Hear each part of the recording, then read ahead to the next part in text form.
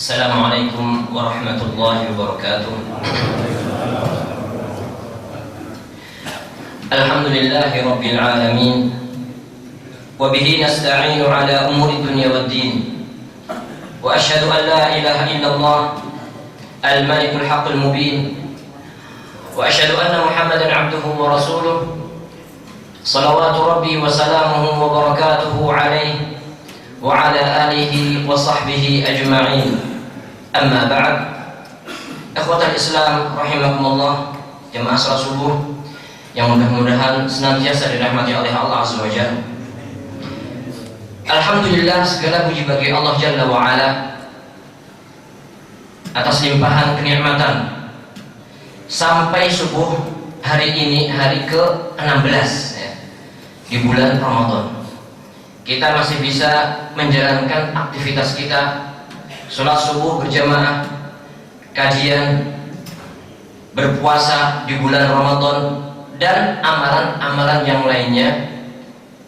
Tentunya ini semua tidak lepas dari nikmat Allah Subhanahu wa Ta'ala yang seandainya kita berusaha untuk menghitung pasti nggak akan pernah bisa. Wa in ta'uddu ni'matallahi la tuhsuha. Jadi kalau kita berusaha untuk menghitung nikmat Allah nggak akan bisa. Tugas kita adalah bersyukur. Ketika kita bersyukur, Allah akan tambahkan nikmatnya untuk kita semua. Nikmat nggak bisa dihitung. Ketika kita bersyukur, Allah akan tambahkan nikmat lagi, dan syukur itu sendiri merupakan nikmat dari Allah Subhanahu wa Ta'ala. Maka kita ucapkan alhamdulillah. Ketika kita bisa beraktivitas sholat subuh berjamaah, maka ini juga merupakan nikmat Allah. Maslahatnya kembali ke kita juga. Jadi Allah Subhanahu wa Ta'ala gak butuh dengan amalan hambanya. Baik, ikhwatul Islam rahimakumullah, pada kesempatan pagi hari ini kita akan membahas tentang cinta Al-Quran. Kita akan membahas tentang cinta Al-Quran. Ada beberapa poin yang akan kita bahas insyaallah. Yang pertama, apakah kita cinta Al-Quran? Yang kedua, bagaimana kita mencintai Al-Quran? Dan yang terakhir adalah seberapa besar cinta kita terhadap Al-Quran. Ini secara garis besar. Baik. Poin yang pertama adalah pertanyaan, apakah kita cinta kepada Al-Quran? Ini pertanyaan yang pertama. Kalau ditanya cinta gak sama Al-Quran, jawabannya mesti apa? Otomatis cinta. Tapi pertanyaan, Al-Quran itu apa? Kira-kira jawabannya apa? Kata orang Indonesia, tak kenal maka tak sayang. Oke, kita mengaku cinta Al-Quran. Al-Quran itu apa? Kira-kira apa pertanyaan kita cinta Al-Quran? Oke, Al-Quran itu apa? Kira-kira jawabannya apa? Kitabullah. Apa? Kalamullah. Apa lagi? Firman Allah. Apa lagi? Kitab suci umat Islam dan sebagainya.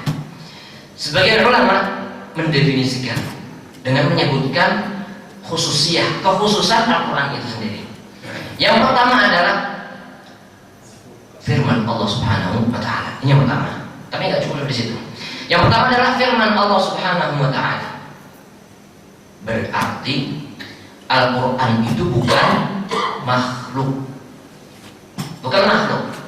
Ada nggak yang mengatakan Al-Quran itu makhluk? Ada, tapi itu zaman dulu. Nggak tahu sekarang ada apa enggak. Yang jelas, ketika kita mengatakan Al-Quran itu makhluk, maka seolah-olah kita mengatakan Al-Quran itu nggak sempurna. Karena yang namanya makhluk itu mesti ada kekurangannya. Makanya zaman dulu Imam Ahmad rahimahullah itu sampai di penjara, disiksa di penjara. Kenapa? Karena beliau nggak mau mengatakan Al-Quran itu makhluk. Sedangkan penguasa saat itu mengatakan Al-Quran itu makhluk dan memerintahkan ulama-ulama saat itu untuk mengatakan Al-Quran itu makhluk. Imam Ahmad rahimahullah nggak mau mengatakan seperti itu, sehingga beliau di penjara. Dan beliau lebih memilih di penjara daripada mengatakan Al-Quran itu makhluk, karena beliau adalah seorang imam. Kalau beliau mengatakan iya Al-Quran makhluk, maka banyak yang akan mengikuti beliau. Sehingga beliau tetap sabar sampai di penjara dan sampai sekarang mendapatkan julukan apa? imam Ahlus Sunnah wal Jamaah. Jadi yang pertama adalah Al-Quran adalah firman Allah Subhanahu wa Ta'ala. Kalau Al-Quran itulah firman Allah, perkataan Allah, maka tentunya Al-Quran ini adalah sebaik-baik perkataan yang sempurna. Kemudian selanjutnya di antara khususnya Al-Quran atau khususan Al-Quran atau definisi Al-Quran secara umum, firman Allah yang diturunkan kepada siapa? Rasulullah Sallallahu Alaihi Wasallam, afdalul bashar, ashraful bashar, manusia yang paling baik, manusia yang paling istimewa sejak zaman Nabi Adam sampai hari ini, sampai hari kiamat. Rasulullah Sallallahu Alaihi Wasallam adalah khatamul anbiya wal mursalin, manusia yang paling baik, penutup para rasul dan para nabi. Melalui siapa? Diturunkan kepada Rasulullah Sallallahu Alaihi Wasallam melalui malaikat Jibril alaihissalam. Dan malaikat Jibril adalah malaikat yang paling istimewa. Paling istimewa. Misalkan dalam surat Al-Qadr Allah Subhanahu wa Ta'ala berfirman, "Tanazzalul malaikatu war-ruh." Apa itu ruh? Maksudnya adalah malaikat Jibril. Bukankah malaikat Jibril termasuk bagian dari malaikat? Jawabannya iya. Terus kenapa disebutkan tanazzalul malaikatu war-ruh?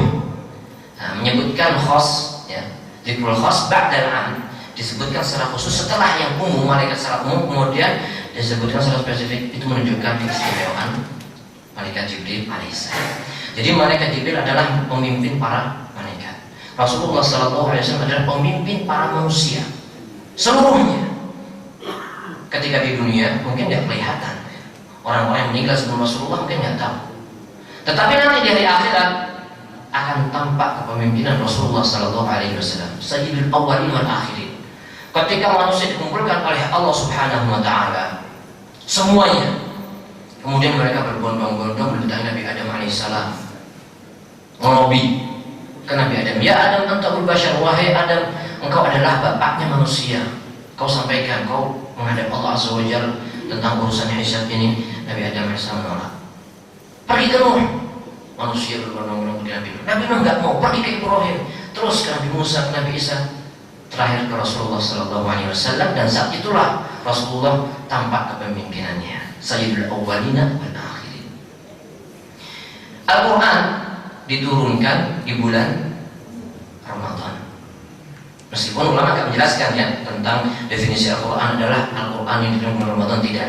Tetapi ini membahas tentang Al-Quran itu sendiri secara umum. Allah berfirman, "Syahrul Ramadan alladzi unzila fihi al-Qur'an hudan linnas." Bulan Ramadan alladzi unzila fihi al-Qur'an, yang Allah menurunkan Al-Qur'an di dalam bulan tersebut, hudan linnas, petunjuk bagi manusia. Jadi Al-Qur'an itu perkataan yang paling mulia, diturunkan kepada manusia yang paling mulia melalui malaikat yang paling mulia di bulan yang paling mulia, yaitu bulan Ramadan. Diturunkan secara jumlatan wahidah, secara utuh di Lauh Mahfuz ke langit dunia, kemudian diturunkan kepada Rasulullah Sallallahu Alaihi Wasallam kurang lebih sekitar 23 tahun. Diturunkan ketika bulan Ramadan. Semuanya istimewa. Makanya kita nggak heran ketika seorang mempelajari Al-Quran dan mengajarkannya, maka manusia itu akan menjadi manusia yang mulia. Rasulullah Sallallahu Alaihi Wasallam bersabda, "Khairukum man ta'allama al-Qur'ana wa 'allamahu." Sebaik-baik kalian adalah yang mempelajari Al-Qur'an dan mengajarkannya. Ini keistimewaan Al-Qur'an. Jadi Al-Qur'an ini salah satu keistimewaan yang diberikan untuk umatnya Rasulullah SAW. Sebelumnya nggak ada Al-Qur'an. Tetapi ketika kita diistimewakan oleh Allah Subhanahu wa Ta'ala untuk menjadi umatnya Nabi Muhammad SAW, diistimewakan dengan adanya Al-Quran. Kalau kita tidak mau mengistimewakan Al-Quran, maka keistimewaan Al-Quran itu sama sekali tidak berkurang. Al-Quran tetap istimewa, tetapi justru kita yang rugi karena kita menjauh dari keistimewaan. Selanjutnya, tadi dijelaskan bahwasanya Al-Quran adalah hudan linnas, petunjuk bagi manusia. Karena memang Allah Subhanahu wa Ta'ala menciptakan manusia itu dengan sebuah tujuan.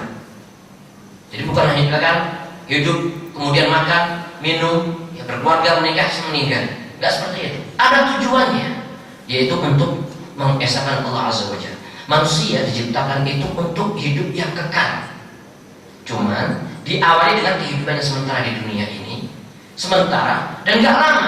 Sebentar manusia di situ diuji, apakah dia sabar, apakah dia mengikuti aturan-aturan Allah dan Rasulnya. Kalau sukses, nanti dari akhirat dia akan bahagia selamanya. Jadi itu tujuan kehidupan manusia semuanya.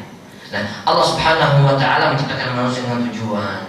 Kemudian Allah Azza wa Jalla utus seorang Rasul sebagai suri tauladan. Allah turunkan Al-Quran sebagai pedoman, hudan linnas. Tetapi ternyata tidak setiap manusia mau menjadikan Al-Quran sebagai petunjuk. Yang menjadikan Al-Quran sebagai petunjuk itu adalah mereka orang-orang yang bertakwa. Dalam surat Al-Baqarah Allah jelaskan, "Dzalikal kitabu la raiba fihi hudan lil muttaqin." Tetapi enggak semua manusia menjadikan Al-Quran sebagai petunjuk.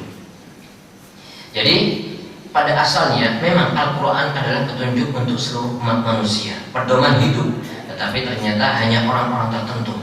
Nah, mudah-mudahan tentunya kita semua berharap ya, kita termasuk orang-orang yang bertakwa, yang mau menjadikan Al-Quran sebagai petunjuk. Selanjutnya, Al-Quran adalah mukjizat yang kekal, yang terjaga sampai akhir zaman. Jadi ketika Allah turunkan Al-Quran sebagai mukjizat, mukjizat itu adalah sesuatu yang diberikan kepada Rasul, yang membuat musuh-musuh itu benar-benar mau nggak mau harus mengakui kebenaran nubuwah Rasulullah SAW. Jadi orang-orang Arab saat itu mereka adalah orang-orang yang mengetahui ilmu bahasa. Jadi ilmu bahasanya itu sudah sampai tingkat yang sudah sangat tinggi sekali dalam masalah bahasa Arab. Waktu itu nggak ada buku namanya nahwu, sorof, nggak ada. Tetapi ilmu-ilmu seperti itu ada di hati mereka. Lisan mereka itu asli lisan Arab. Ketika Allah Azza wa Jalla turunkan Al-Quran dengan bahasa Arab, dengan bahasa yang paling tinggi, mereka paham. Langsung mengatakan, oh ini bukan perkataan manusia. Mereka paham hal itu. Makanya ketika ada tantangan dalam ayat Al-Quran, "Qul la in ijtama'atil insu wal jinnu 'ala an ya'tu bimithli hadzal Qur'an la ya'tuna bimithlihi walau kana ba'dhum li ba'din dhahira." Allah jelaskan, katakanlah wahai Muhammad, seandainya seluruh manusia, seluruh jin, semuanya berkumpul untuk mendatangkan seperti Al-Quran, mereka nggak akan pernah bisa. Itu tantangan dikarenakan mereka orang-orang yang ahli bahasa. Jadi benar-benar mukjizat. Sampai hari ini, sampai akhir zaman, dan tantangan itu masih berlaku. Ada nggak orang yang berusaha seperti itu? Ya ada, mungkin sebagian orang nggak tahu diri, pengen bikin seperti Al-Quran. Misalkan siapa? Musailamah Al-Kadzdzab, nabi palsu, pengen bikin surat menjadi bahan tertawaan sampai detik ini, sampai hari ini. Kemudian di dalam Al-Quran juga Allah Subhanahu wa Ta'ala tegaskan, "Inna nahnu nazzalna dzikra wa inna lahu lahafizun." Sesungguhnya kami menurunkan Al-Quran dan Allah lah yang akan menjaga Al-Quran itu. Dan kalau sudah Allah menjaga, maka kesucian, kemurnian Al-Quran tidak akan bisa diduduki, gak bisa dirusak sama sekali. Seandainya ada satu orang yang mengambil satu huruf saja atau menambah satu huruf saja, pasti akan ketahuan. Dari zaman dulu sampai sekarang, sampai akhir zaman, inilah Al-Quran Karim, kitab suci yang kita pelajari, kitab suci yang kita imani, gak akan bisa dirusak sama sekali. Ada nggak usaha untuk merusak Al-Quran? Ada. Bahkan zaman dulu juga ada, di zaman Al-Ma'mun, ya, kisah yang ma'ruf, salah seorang imam bernama Yahya bin Aktham menceritakan bahwasanya di majlis Al-Ma'mun, Al-Ma'mun itu mempunyai majlis khusus, ya, istilahnya majlis para cendekiawan, yang di dalamnya ada satu orang Yahudi yang penampilannya bagus, bajunya bagus, orangnya juga ganteng, kemudian pintar ngomong. Nah, orang Yahudi ini ketika ngomong, dia bisa mengolah kata sehingga membuat orang lain takjub. Di antaranya Al-Ma'mun takjub. Setelah selesai, Al-Ma'mun bertanya, "Kamu Yahudi atau Anta Israeli?" Maksudnya kamu Yahudi? Orang tadi mengatakan, "Iya." Kemudian Al-Ma'mun memberikan tawaran masuk Islam. Nanti aku akan kasih kamu demikian. Dijanjiin berbagai macam janji, yang penting kamu masuk Islam. Ternyata dia menolak. Kata dia, dini badinu abai. Ini adalah agamaku dan agama nenek moyangku. Jadi kalau udah ngomong nenek moyangku itu susah dirubah. Kita bisa buktikan. Kita sendiri kadang-kadang kalau sudah menjalankan sebuah rutinitas dan itu adalah menjadi kebiasaan kita. Setelah itu kita kasih tahu itu enggak sesuai dengan ajaran kita yang benar. Kadang-kadang kita susah untuk merubah. Kenapa? Ini sudah jadi kebiasaan. Nah, orang Yahudi seperti itu juga. Ini adalah agamaku, warisan nenek moyangku. Akhirnya dia pergi, dia mau masuk Islam. Tahun depan ketemu lagi sama orang Yahudi yang kemarin Yahudi, dan dia seperti biasa berbicara, tapi ternyata dia sudah masuk Islam. Berbicara masalah fikih dengan pembicaraan yang bagus. Akhirnya Al-Ma'mun datang lagi. Loh, antum ini kan yang kemarin kita. Iya. Sekarang sudah masuk Islam. Apa sebab Islam kamu? Nah, baru dia bercerita. Setelah saya pergi dari majelis engkau wahai Al-Ma'mun, saya pengen ngetes seluruh agama. Pengen ngetes agama-agama. Yang pertama kali dilakukan adalah mengambil Taurat. Diambil, ditambahi, dikurangi, dikopi. Jadi 3 nuskhoh. 3 dikopi menjadi 3 buku. Dibawa ke tempat orang-orang dari Taurat. Dijual, laku, habis. Setelah itu ambil kitab yang lain, Injil, dikopi menjadi 3, ditambahi, dikurangi, dirubah-rubah, dijual, laku, habis. Terakhir datang ke Al-Quran, ambil Al-Quran, memperlakukan Al-Quran sama dengan Taurat dan Injil, dikopi. Zaman dulu memang nggak ada kopi, nggak ada, tapi dinasakh, maksudnya ditulis lagi, ditambahin dan dikurangi.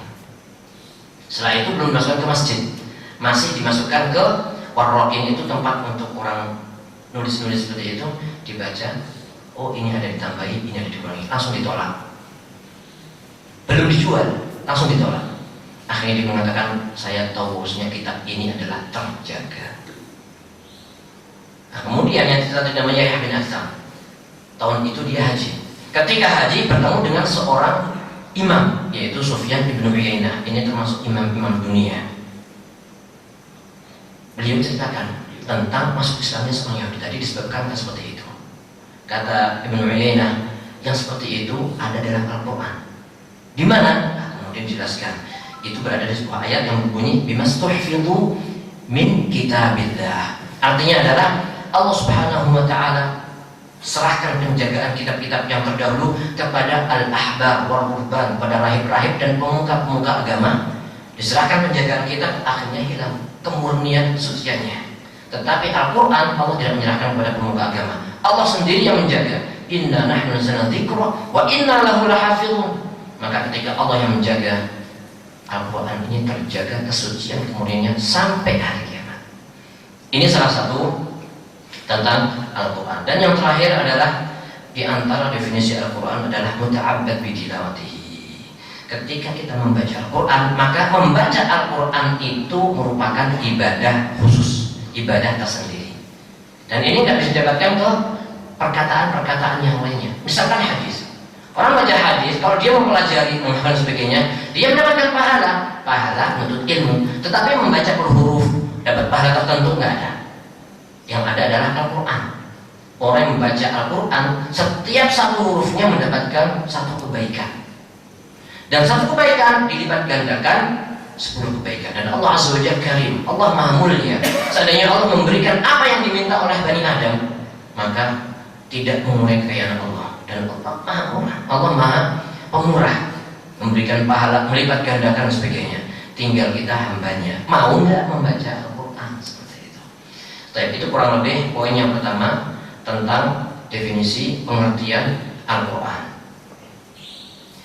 Poin yang kedua, pertanyaan, bagaimana kita mencintai Al-Quran? Bagaimana sikap kita semestinya sebagai seorang muslim di dalam mencintai Al-Quran? Apakah kita membeli Al-Quran yang mahal, kemudian dirawat, disimpan dalam rak, ditutup dan tidak dibaca? Tentu bukan seperti itu ya. Rasulullah SAW menjelaskan Al-Quran kepada para sahabat radhiyallahu anhum ajma'in itu dari dua sisi. Yang pertama lafadznya, yang kedua maknanya.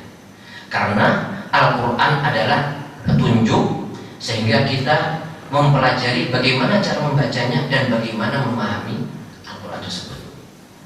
Menjelaskan maknanya itu terbagi menjadi dua, secara umum dan secara khusus. Secara khusus misalkan sebagian sahabat nggak paham tentang arti sebuah kata dalam Al-Quran, maka di situ Rasulullah SAW menjelaskan kepada sahabat tersebut tentang makna khusus tadi. Misalkan ketika sebagian sahabat tidak memahami makna kata-kata zulm, zalim dalam ayat alladzina amanu wa lam yalbisu imanahum bizulmin ulaika lahumul amnu wa hum muhtadun. Orang yang beriman dan tidak mencampuri mengotori keimanannya dengan kezaliman. Walam yalbisu imanahum bizulmin ulaika lahumul amnu wa hum muhtadun. Mereka itulah yang mendapatkan aman dan mereka mendapatkan petunjuk. Sebagian sahabat bertanya, ya Rasulullah, siapa yang tak pernah berbuat zalim? Ya kan, paling tidak zalimi diri sendiri. Kemudian beliau jelaskan, zalim di situ maksudnya adalah kesyirikan. Bukan zalim secara bahasa atau zalim secara istilah tertentu, enggak, tapi maksudnya kesyirikan. Dari mana? Firman Allah Azza wa Jalla dalam Luqman, inna syirka la zulmun azim. Sesungguhnya kesyirikan itu adalah kezaliman yang paling besar. Memang zalim itu mencakup termasuk kesyirikan dan kezaliman yang lain. Tetapi yang dimaksudkan dalam ayat itu adalah kesyirikan. Nah, di sini Rasulullah SAW menjelaskan kepada para sahabat makna zalim secara makna dalam ayat itu tadi, secara khusus. Adapun secara umum, maka aktivitas keseharian Rasulullah SAW itu menjadi tafsir bagi ayat Al-Quran. Contohnya adalah ketika Allah Subhanahu wa taala berfirman, wa aqimus shalah wa atuz zakah, tunaikanlah zakat, tegakkan salat. Bagaimana kita bisa menunaikan zakat? Kita melihat sabda Rasulullah SAW dalam menentukan nisab, dalam menentukan waktunya dan sebagainya. Bagaimana kita bisa sholat? Dalam Al-Quran dijelaskan bagaimana sholat. Tetapi kata-kata wa aqimus shalah, tegakkan salat, kita bisa mengetahui bagaimana sholat kembali ke perbuatan Rasulullah SAW ketika sholat. Beliau bersabda, "Shallu kama ra'aitumuni usalli." Wahai para sahabat, salatlah kalian sebagaimana kalian melihat aku salat. Sehingga ketika Rasulullah SAW salat, maka itulah tafsir wa aqimus shalah. Ini salah satu contoh. Jadi kehidupan Rasulullah, aktivitas Rasulullah SAW dalam berhukum dan sebagainya, itu merupakan secara umum merupakan tafsir dari Al-Quran itu sendiri. Berarti ketika kita ingin mencintai Al-Quran, maka yang pertama adalah mempelajari cara membacanya. Yang berikutnya adalah berusaha untuk memahami maknanya. Karena kita ingin menjadikan Al-Quran sebagai petunjuk. Gimana kalau kita tidak memahami maknanya? Ini salah satu contoh. Dalam ayat Al-Quran dijelaskan, wa anzalna ilaika dzikra litubayyina linnas, dan kami turunkan Al-Quran kepadamu wahai Muhammad, litubayyina linnasi ma nuzila ilaihim, supaya engkau wahai Muhammad menjelaskan, litubayyina linnas, supaya engkau wahai Muhammad menjelaskan kepada manusia apa yang diturunkan kepada mereka.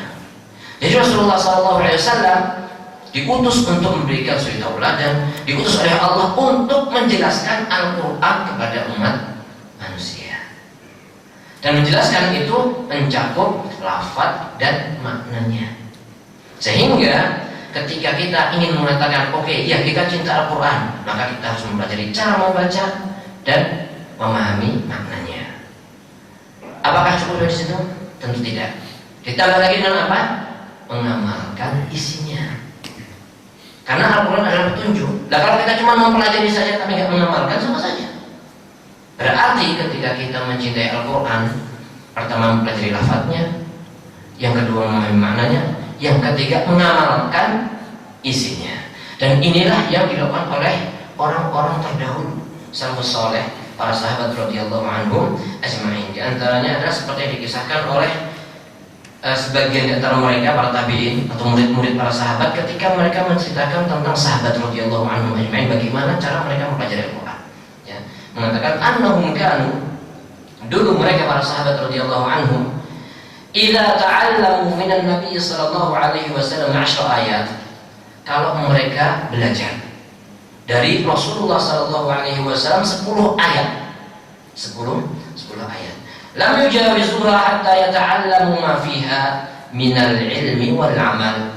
Mereka tidak melewati 10 ayat tadi sampai mereka benar-benar mempelajari dari sisi ilmunya dan dari sisi amalnya. Ilmu membacanya, ilmu ma'aninya, makna-maknanya, dan amalnya.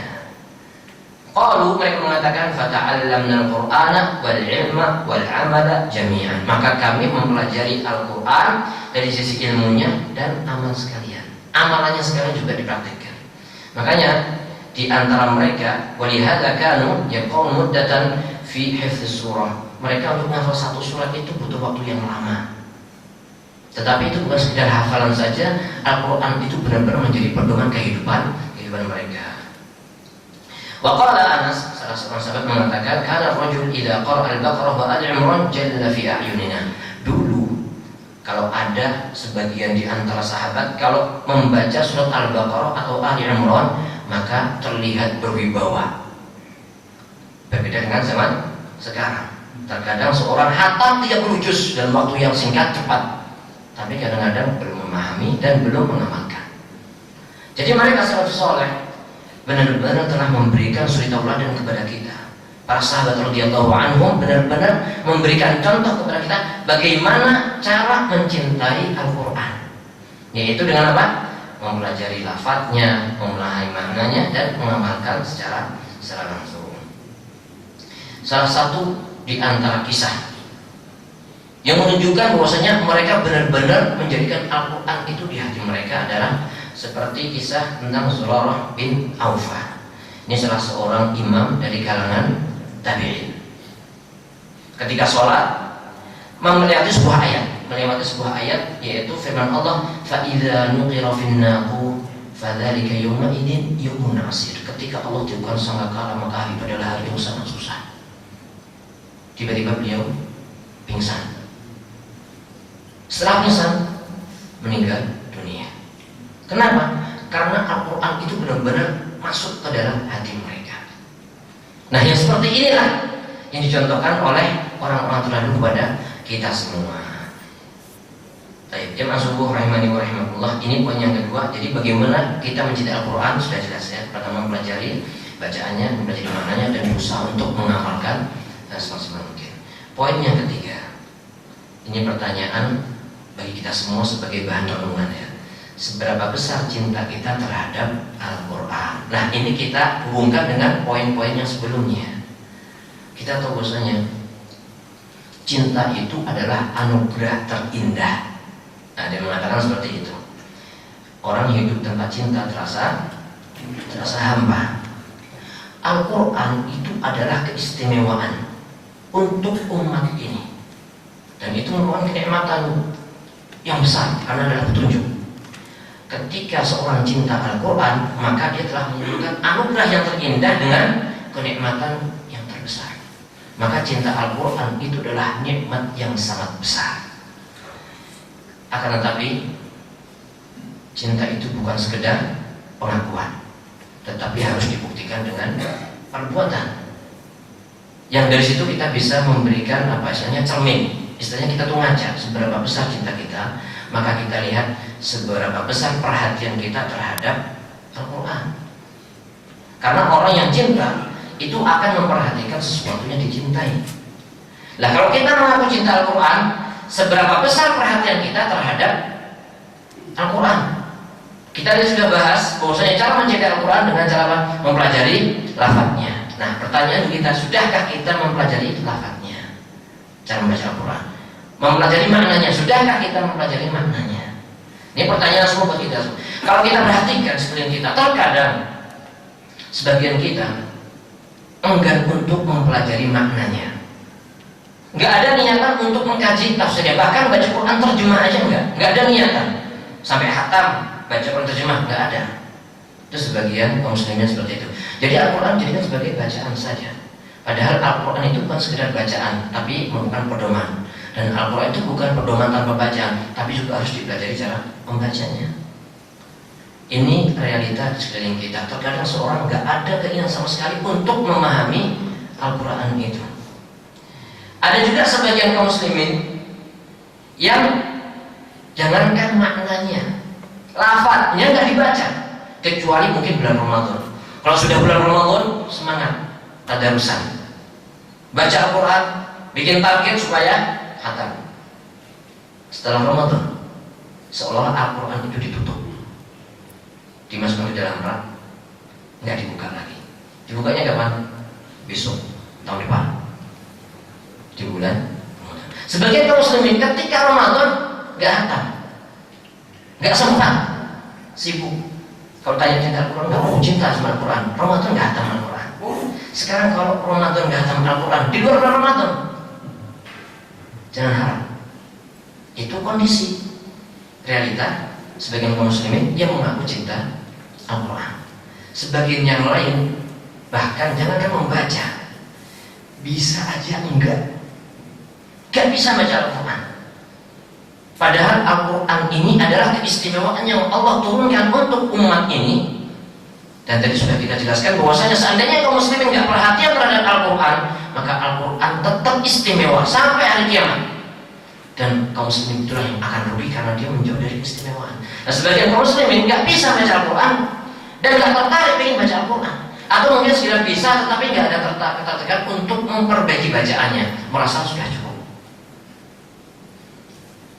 Itu sebagian realita di sekeliling kita. Jadi ketika disuruh belajar, alasannya, oh saya sudah tua, biar anak saya aja. Seolah-olah Al-Quran itu untuk anak kecil. Padahal Al-Quran ini keistimewaan yang Allah turunkan untuk seluruh umat manusia. Yang mau mempelajari Al-Quran, yang mau mengajarkan Al-Quran, maka dia menjadi orang mulia.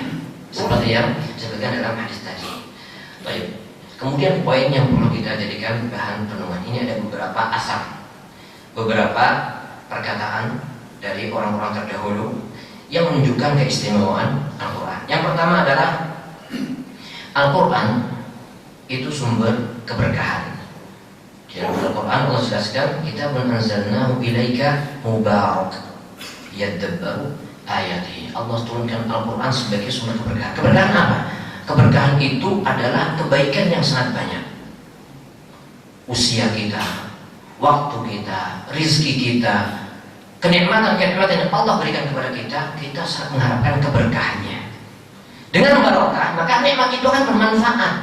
Punya harta, barokah, akan bermanfaat. Harta sebanyak apapun kalau nggak berkah, na'udzubillah, itu bisa menjadi apa? Sumber malapetaka buat orang tersebut. Punya keturunan banyak, kalau barokah, menjadi anak yang soleh, orang senang. Punya anak banyak nggak barokah, kadang-kadang justru bikin capek orang tuanya. Waktu barokah, meskipun nggak panjang, tapi itu sangat bermanfaat buat orangnya. Waktu nggak barokah, maka akan sia-sia.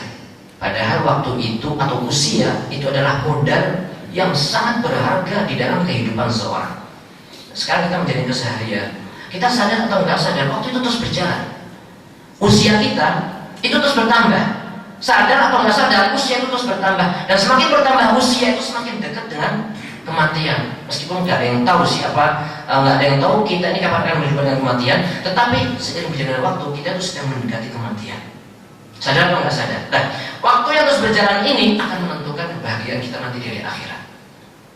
Makanya dalam Islam kita diperintahkan untuk serius di dalam menjalankan ketaatan. Hal-hal yang bermanfaat tinggalkan. Rasulullah SAW bersabda, min husni islamil mar'i tarkuhu ma la ya'ni. Di antara ciri keislaman, kebaik-baiknya keislaman seseorang itu adalah meninggalkan hal-hal yang tidak bermanfaat. Hal-hal yang bermanfaat itu nggak pasti haram. Hal-hal yang mubah, tapi kalau nggak bermanfaat tinggalkan. Ini petunjuk Islam. Yang mubah ditinggalkan, apalagi yang haram. Ibarat orang berjual beli, bisnis, maka orang yang pintar itu adalah bagaimana dia mengeluarkan sedikit pun ya, sedikit mungkin modal untuk mendapatkan laba sebanyak mungkin. Orang yang kurang pintar bisnis, biasanya dia kurang bisa ngitung, modalnya keluar banyak, keuntungannya nggak terlalu banyak. Dan yang lebih nggak pintar lagi adalah orang yang menghambur-hamburkan modalnya, justru menimbulkan kerugian. Usia kita ini adalah modal yang Allah berikan. Jadi ketika kita masih bisa aktivitas, ini adalah nikmat Allah SWT. Ketika seorang sudah meninggal dunia, berarti modal dia sudah habis. Dan dia sudah melihat hakikat kehidupan. Sebesar apapun penyesalan seseorang ketika sudah meninggal dunia, dia nggak bisa balik ke dunia. Pengen balik sebentar sholat 2 rakaat, nggak mungkin, mustahil. Orang sudah meninggal dunia berarti sudah inqata'a amaluhu, amalnya sudah terputus, sudah nggak bisa. Nah, sekarang kita masih bisa beraktivitas, kita masih dikasih modal oleh Allah Subhanahu wa Ta'ala. Orang yang berusaha untuk memanfaatkan modal sebaik mungkin adalah orang-orang cerdas, orang yang pintar, memikirkan masa depan, maksudnya adalah kehidupan setelah kematian. Itu adalah orang-orang yang cerdas, kata Rasulullah. Ulaika al-aqyas, mereka itu orang yang pintar. Ketika ditanya, ya Rasulullah, siapakah mukmin yang paling pintar? Al-mu'min al-aqyas. Kata beliau, aktsaruhum lil mauti dzikra wa ahsanuhum lima ba'dal maut isti'dadan. Orang yang paling banyak mengingat kematian dan paling baik di dalam mempersiapkan hari esok. Ulaika al-aqyas, kata Rasulullah sallallahu alaihi wasallam, adalah orang yang cerdas.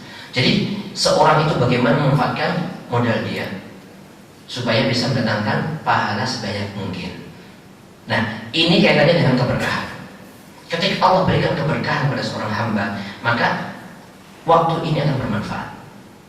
Kita tahu Imam An-Nawawi rahimahullah ketika wafat usianya masih muda, mungkin sekitar 45 atau 50 berapa, nggak sampai 50. Imam Syafi'i rahimahullah kurang lebih 50 sekian, nggak sampai 60 tahun.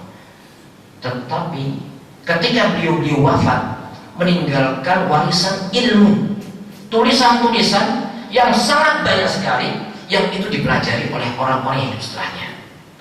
Nah, ini kan salah satu jadi keberkahan, pahalanya ngalir ke beliau-beliau. Ketika kita mempelajari, mengamalkan itu, pahalanya ngalir. Ini salah satu ciri keberkahan. Kita minta kepada Allah Subhanahu wa Ta'ala keberkahan. Nah, di antara sumber keberkahan adalah Al-Quran. Jangan khawatir, saya sibuk banget, gak sempat baca Al-Quran. Allah Subhanahu wa Ta'ala memberikan kepada kita kenikmatan yang gak bisa dihitung. Selama 24 jam kita selalu berada dalam nikmat Allah SWT. Berbeda dari nikmat ke nikmat yang lainnya. Bisa melihat, bisa bernafas, bisa berbicara, menggerakkan lisan dan sebagainya. Apa iya gak ada waktu untuk baca Al-Quran? Sebenarnya bukan gak ada waktu atau sibuk, tetapi prioritas. Karena memang kita malas membaca Al-Quran, gak memprioritaskan Al-Quran atau menganggap Al-Quran itu bukan sesuatu yang terpenting dalam kehidupan kita. Nah, dari sini kita bisa mengukur seberapa kecintaan kita terhadap Al-Quran tadi. Itu yang pertama. Kemudian yang berikutnya, dalam sebuah asar dijelaskan, wa kana Abu Hurairah radhiyallahu anhu yaqul, al-baitu idza tuliya fihi kitabullah ittasa'a bi ahli. Rumah, ketika di dalam rumah tersebut dibacakan kitabullah, baca Al-Quran, ittasa'a bi ahlihi, maka akan terasa lapang. Wa kathura khairuh, dan situ akan banyak kebaikan. Rumahnya terasa lapang, kemudian banyak kebaikan di dalam rumah tersebut. Dan di antara ciri keberkahan itu adalah banyak kebaikan. Wa hadaratul malaikah, dan malaikat pada turun datang ke tempat itu. Dan kita tahu bahwasanya kalau malaikat sudah turun membawa rahmat, makanya dalam Al-Quran Allah jelaskan tanazzalul malaikatu war-ruh fiha bi'idzni rabbihim min kulli amr. Malam Lailatul Qadar disebut Al-Qadar. Maksudnya apa? Qadar itu adalah syaraf, kemuliaan. Dalam Al-Quran dijelaskan wa ma qadarullah haqqa qadrihi. Orang-orang kafir itu tidak mengesahkan Allah, tidak memuliakan Allah Azza wa Jalla. Jadi kata-kata qadar itu artinya adalah syaraf. Ada sebagian ulama yang mengatakan Al-Qadar itu maksudnya adalah sempit. Misalkan dalam surat Al-Fajr, wa amma idza mabtalahu faqadara alaihi rizqahu. Adapun orang yang diuji oleh Allah Azza wa Jalla, faqadara alaihi rizqahu, rezekinya dibikin sempit. Nah, malam Lailatul Qadar itu sempit. Sempit bagaimana? Karena malaikat pada turun ke langit dunia. Kita nggak melihat, tapi itu ada hakikatnya. Karena itu adalah hal yang gaib, kita nggak tahu. Tapi malaikat bisa turun, dan kalau malaikat turun membawa rahmat. Kalau kita dalam rumah sering membaca Al-Quran, anak kita suruh baca Al-Quran, kita biasakan, kita ciptakan di rumah kita itu rumah pencinta Al-Quran. Malaikat turun membawa apa? Membawa rahmat. Kemudian Abu Hurairah mengatakan, wa kharajat minhu syayatin, dan setan kabur dari rumah. pergi meninggalkan rumah. Dan setan itu kan sumber malapetaka. Kalau setan sudah pergi, maka yang diharapkan apa? Rumah itu terasa aman ketika setan sedang pergi. Makanya dalam sebuah hadis, qala Nabi sallallahu alaihi wasallam, al-baitul ladzi tuqra fiha suratul Baqarah yafiru minasyaitan, atau kama qala sallallahu alaihi wasallam. Setan itu pergi dari rumah yang dibacakan surat Al-Baqarah. Setan kabur. Baik. Kemudian sebaliknya, Abu Hurairah mengatakan, wal baitul ladzi lam yutla fihi kitabullah, dan rumah yang tidak dibacakan di dalamnya kitabullah atau firman Allah Al-Quran, daqa bi ahlihi, akan terasa sempit. Jadi ternyata memang sempit dan lapangnya sebuah rumah itu bukan karena fisiknya saja, tetapi karena kondisi hati penduduknya. Terkadang rumah itu luas, tapi yang di dalam rasa sumpah pengen keluar. Yang di luar lihat rumah luas pengen masuk, yang di luar pengen keluar, yang di dalam pengen keluar. Kenapa? Karena terasa sempit. Nah, kemudian dhaqa bi alihi wa qalla khairuh, rumah yang tidak dibacakan Al-Quran terasa sempit, kemudian kebaikannya sedikit. Wa qalla khairuh. Wa tanakkabat anhul malaikah, malaikatnya tidak mau datang, tapi wa hadarahu syayatin, dan setan yang datang ke rumah tadi.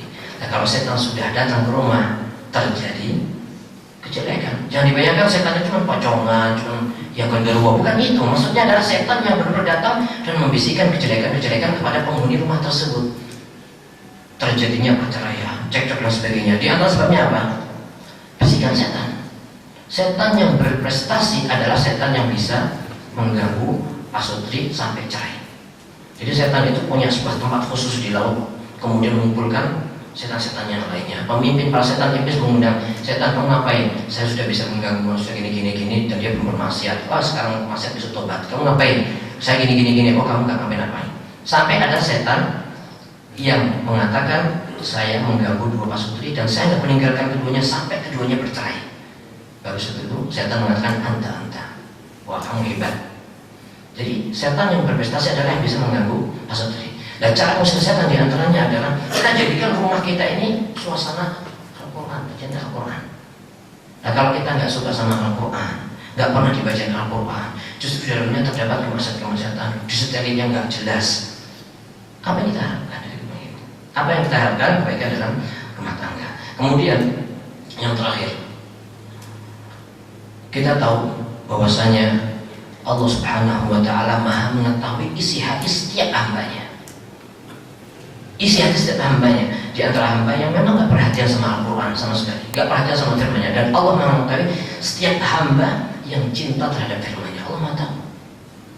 Allah Maha Pengasih dan Maha Penyayang. Pertanyaannya adalah, apakah kita termasuk orang yang berhak mendapatkan kasih sayang Allah kalau Al-Quran saja gak kita baca? Al-Quran adalah obat, jelas. Al-Quran adalah obat. Tapi bagaimana kita bisa istighfar menjadikan Al-Quran sebagai obat kalau kita nggak membaca Al-Quran? Penyakit itu banyak.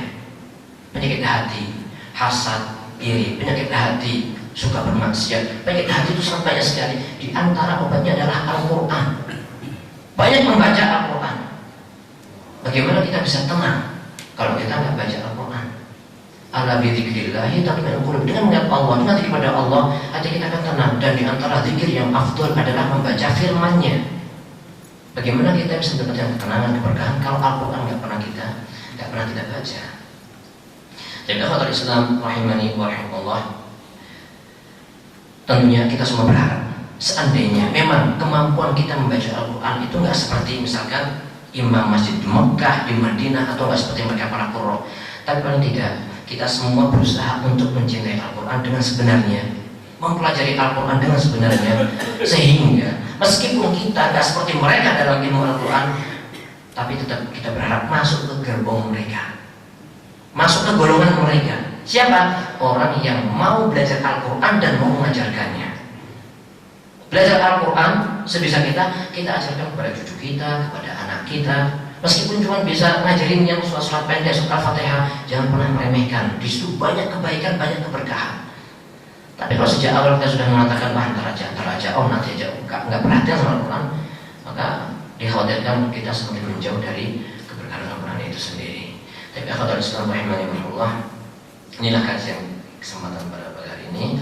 Mudah-mudahan bermanfaat bagi kita semua. sebelum ditutup barangkali ada yang mau disampaikan, silakan.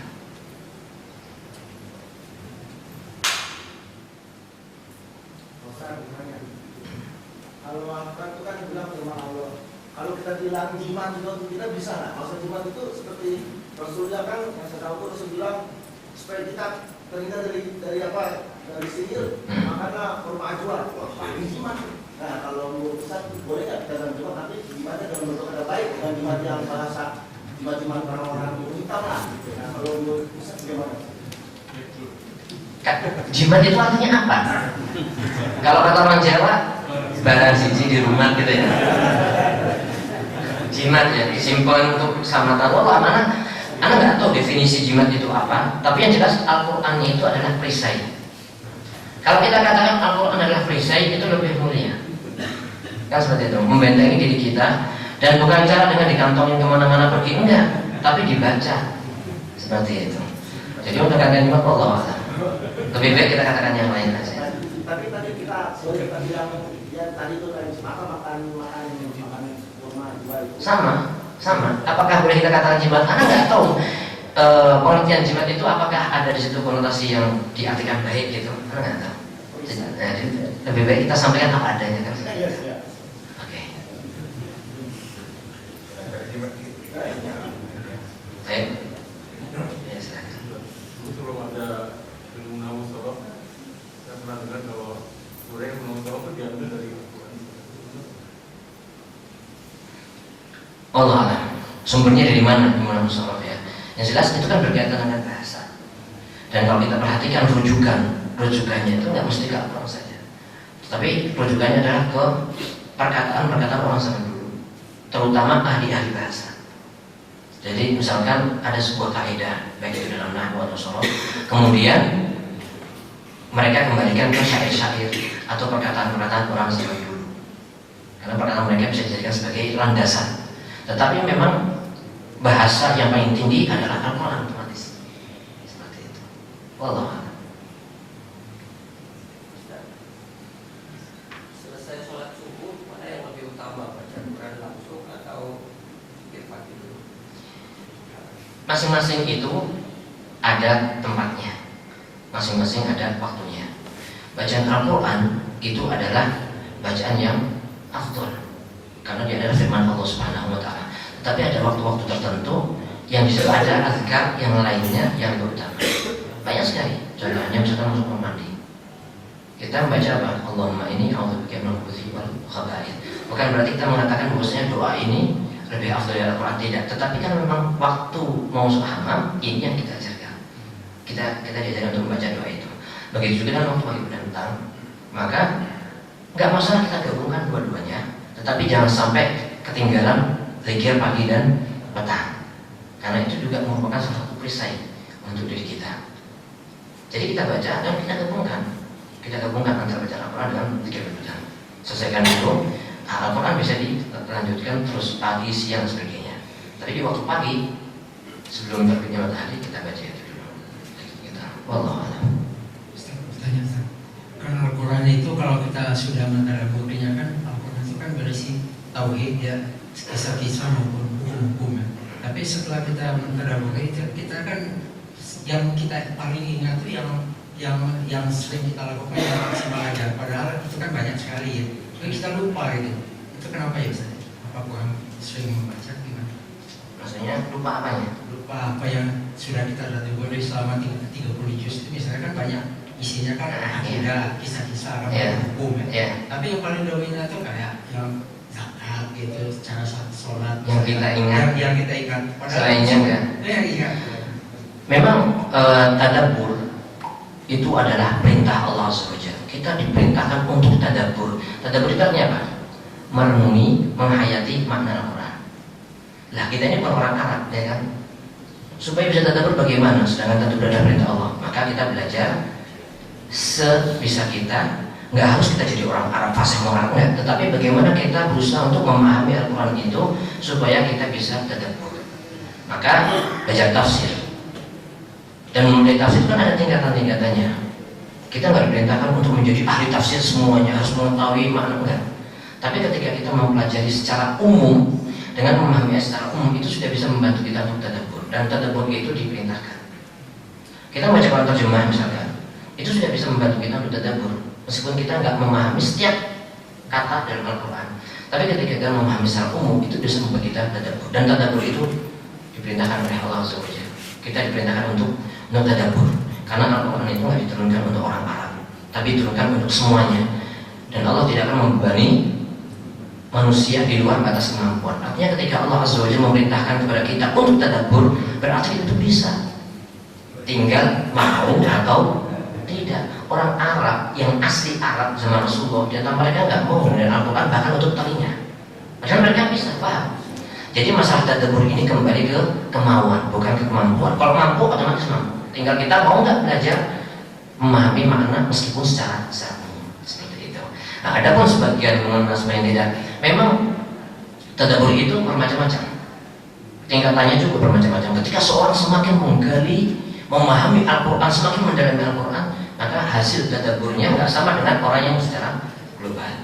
Tetapi memang ayat-ayat itu juga bermacam-macam. Ada sebagian orang ketika melihat sebuah ayat biasa aja, ketika melihat ayat yang lain tiba-tiba hatinya itu seperti diketuk. Ada sebagian orang lain ketika melihat ayat yang ini tadi, dia tidak begitu saja, tapi melihat ayat yang lain, di situ seolah-olah hati ini ditangkap sama ayat, sehingga dia nggak bisa melanjutkan ayat tersebut.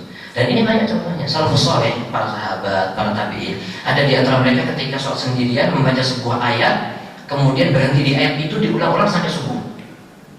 Ayatnya bermacam-macam, nggak cuma satu ayat aja. Sahabat yang lain misalkan, atau tabi'in yang lain, ulama yang lain membaca ayat yang lain, kemudian seperti itu.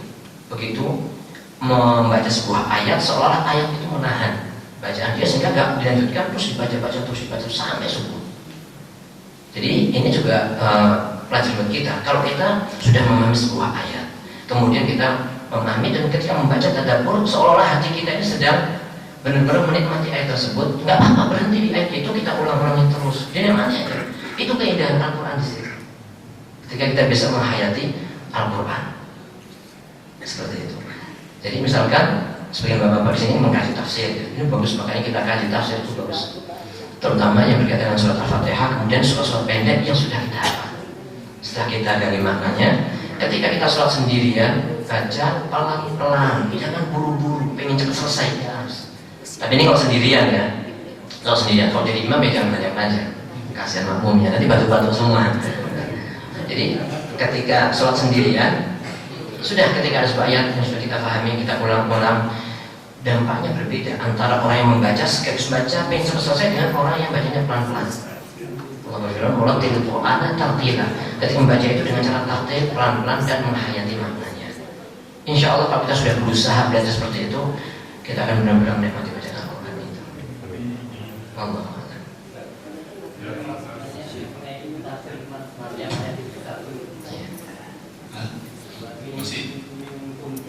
Ya,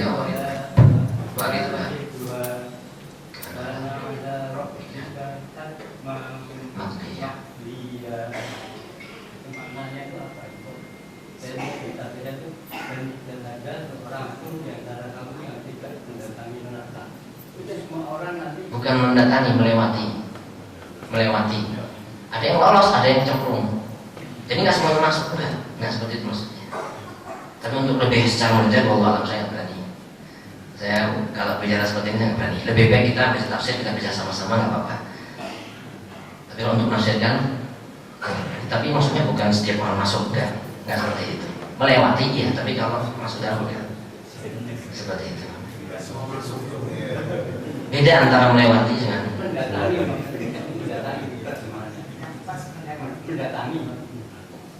wallahu a'lam, nggak tahu.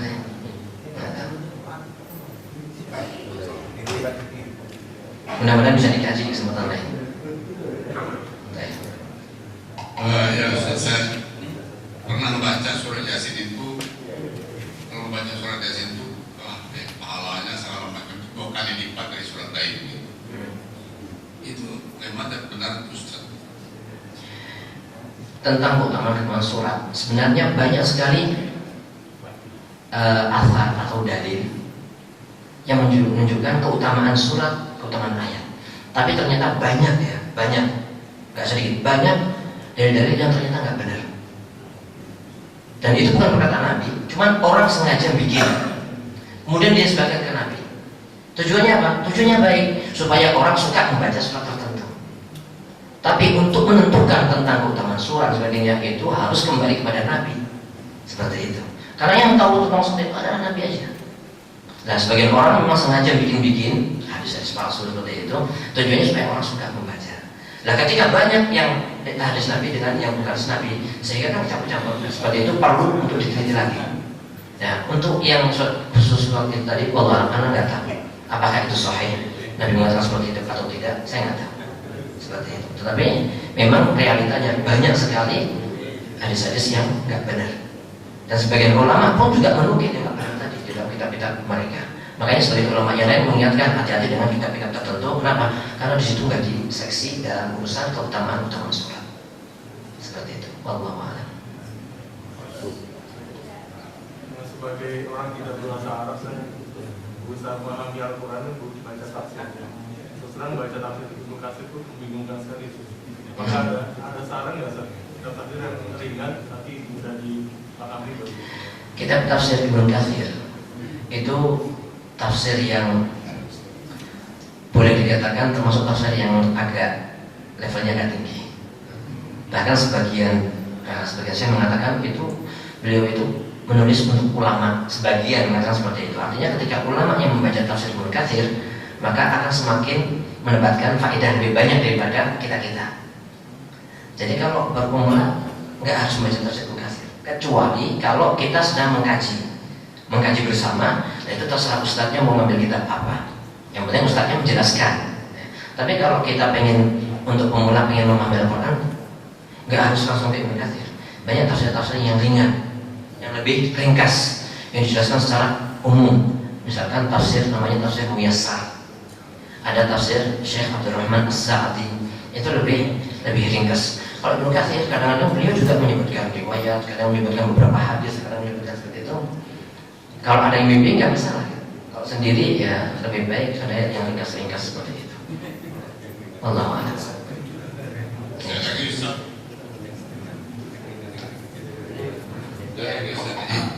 Saya teringat mengenai masalah riba.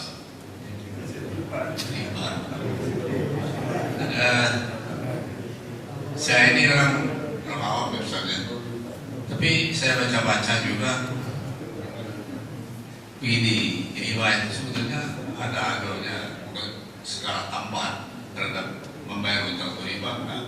Karena memang dalam surat awal, surat Al-Baqarah, ya 27 ya, itu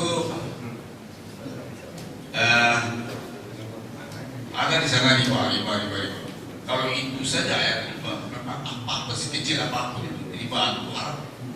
Tapi setelah itu saya baca surat Ali Imran misalnya. Nah, bunyinya kira-kira ya ayyuhalladzina amanu la ta'kulu riba atau afah wattaqullaha la'allakum tuflihun. Hai orang beriman, jangan mengambil riba yang berlipat ganda. Itu berganda ini kan jelas sekali dia bertentangan ini kan. Nah, mana yang benar? Karena begini, ada tajuk masalah paling umum. Bapak yang belakang ini itu yang benar itu ada tajuk masalah ayat-ayat atau bukan ayat-ayat atau peraturan yang di belakang itu lebih berlaku daripada yang awal. Oh, nasakh mansuh. Ya, jadi ini kadang menghapus yang awal gitu. Ya itu. Lalu mana yang dulu awal ayat Al-Baqarah tadi itu Ali Imran. Nah, di sini saya mendapat ada buku karangan Profesor Dr. Muhammad Ali Ma'rifat. Dan di sana ada urutan turunnya surat menurut waktu. Nah, saya lihat surat Ali Imran tadi itu waktunya lebih kemudian daripada surat Al-Baqarah. Jadi sini saya berpendapat ya bunga itu ternyata apalagi itu dihadapkan dengan bank ya. bank itu kalau kita menabung di bank dalam bentuk deposito itu ada bunganya 2%, 3% setahun, dan itu sebetulnya sangat-sangat bermanfaat bagi yang menabung, tapi bagi bank lebih bermanfaat lagi. Kenapa? Itu dana yang ditampungnya itu kan dipinjamkan. Kalau itu tidak ada aturan, tidak bisa. Nah, bank itu untuk bekerja dengan korupsi itu sekiranya susah sekali. Jadi bunga sedikit itu manfaatnya besar untuk siapa saja. Ya singkatnya, ya, kalau sedikit begini singkatnya, kalau menurut saya aja. Kalau kita dengan bank memang ada aturannya, menabung di bank tetapkan, ya kalau tabung deposito rahasia, kalau tabungan menabung dalam bentuk tabungan ada lagi, ya bentuk tabungan itu bisa jangka kapan saja. Karena deposito itu ada jangka waktunya setahun, 3 bulan, apa. Nah kalau jelas-jelas begitu ini kenapa riba? Karena semuanya keuntungan. Coba bisa dibayangkan ya, seorang seperti bapak ini uangnya banyak sekali. Kalau kita taruh di rumah, tidak berani keluar dari rumah itu. Nah, kerjaan itu kan di rumah aja. Tapi uang yang beribu-ribu, berbiliar-biliar itu taruh di bank aman, dikasih lagi bunga. Saya kata-kata bunga ini selalu ini haram kata saya kan. Kalau saya bunga ini supaya indah bisa. Nah ini, jadi kalau pinjaman antara kita,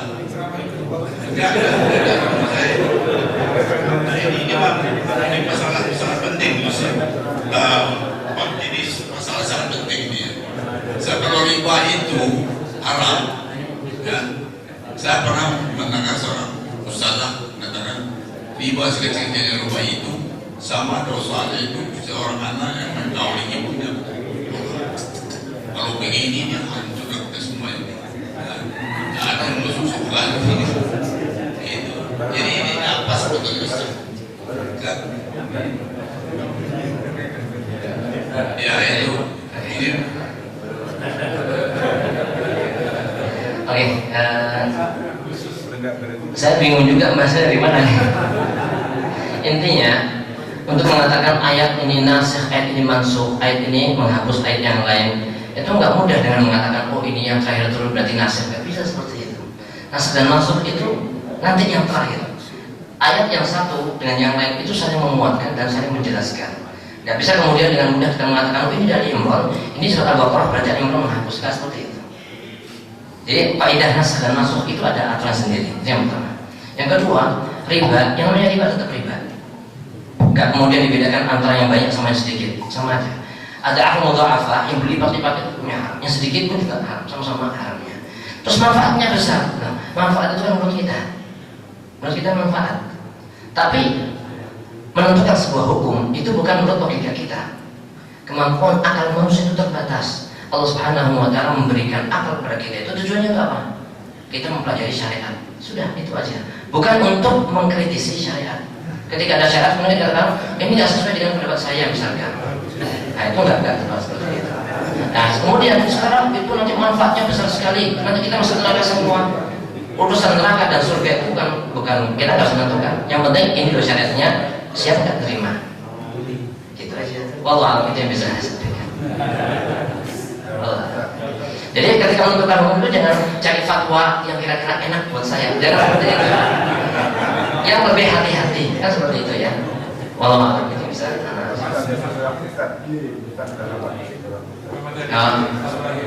Satu lagi. Oke, silakan. Saya mau tanya tentang adat pembacaan Al-Quran. Misalnya kalau kita jalanan tapi kadang kita dalam tidak keadaan suci, jadi haram. Apakah boleh membaca Al-Quran sambil berisi? Kedua, dalam kitab Al-Quran menyebut nama kitab Zabur, Injil, Taurat, tapi kenapa di kitab mereka itu pernah disebutkan nggak bahwa itu nanti ada namanya kitab Al-Quran yang akan dibawakan oleh Nabi terakhir? Di dalam kitab yang kedua, di kitab-kitab mereka itu jelaskan bahkan nanti ada Nabi yang terakhir. Wallahu a'lam. Tapi kalau dikatakan akan nanti Al-Quran, anak nggak tahu. Anak juga orang baca Taurat Zabur Injil. Anak nggak tahu. Tapi kalau untuk nanti akan ada Khatamul Anbiya, namanya Muhammad atau Ahmad, itu ada kitab mereka. Jadi sebenarnya mereka itu tahu. Cuman karena Nabi itu dari bangsa Arab, sedangkan Nabi sebelumnya dari Bani Israel, mereka nggak mau menerima. Itu di antara sebab kufur mereka.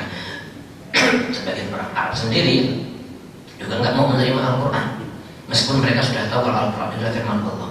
Mereka tahu orang Arab, mereka paham bahasa Arab. Ketika turun Al-Quran itu dan mereka mengatakan kata qalbi ayyatil hati ini sampai terbang. Kenapa? Karena mereka memahami Al-Quran. Tapi sebagian mereka orang kafir nggak mau, meskipun mereka orang Arab, nabinya orang Arab, Al-Quran bahasa Arab, tapi banyak orang Arab yang nggak mau beriman saat itu. Wallahu a'lam.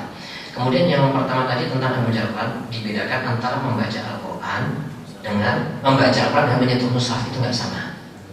Jadi kalau kita nggak punya wudu, membaca Al-Quran nggak apa-apa, nggak menyentuh mushaf. Kalau menyentuh mushaf itu lain lagi. Khilaf antara ulama, dimakan boleh, dimakan nggak boleh. Beda lagi dengan yang dipegang misalkan Quran terjemah, itu hukumnya beda lagi dengan mushaf. Tapi ada adabnya adalah yang pertama memang kita berusaha dalam keadaan suci misalkan. Kemudian duduk di tempat yang membuat kita semakin khusyuk, bisa tadabbur Al-Quran. Duduk menghadap kiblat, kemudian membersihkan mulut, wudu dan sebagainya, penampilan yang rapi. Tetapi itu kalau memungkinkan. Kalau misalkan nggak memungkinkan di safar, macam dan sebagainya, boleh nggak bacanya? Boleh aja. Bahkan sebagian ulama ya, di antara mereka ketika mendikti muridnya lagi nulis, kan itu kan diam nunggu muridnya. Itu ada di antara mereka yang sambil istighfar. Artinya apa? Benar-benar memanfaatkan waktu kita. Jangan sampai berlewat sedetik pun kecuali ada manfaatnya. Baca Al-Quran itu istimewa sekali. Kalau memang kita nggak bisa lagi macet, baca surat pendek yang sudah kita hafal, itu setiap hurufnya mendapatkan pahala. Itu besar sekali manfaatnya, iya kan? Seperti itu. Jadi nggak apa-apa, boleh saja. Meskipun dari belum butuh bisa nggak apa-apa baca pahala seperti itu. Wallahu a'lam. Tapi kalau ini tadi jangan nggak usah ini bahaya. Tapi mungkin ini yang bisa kita bahas, yang mudah-mudahan bermanfaat semua. Kita tutup. Subhanakallahumma wa bihamdika asyhadu an la ilaha illa anta astaghfiruka wa atubu ilaik. Wassalamualaikum warahmatullahi wabarakatuh.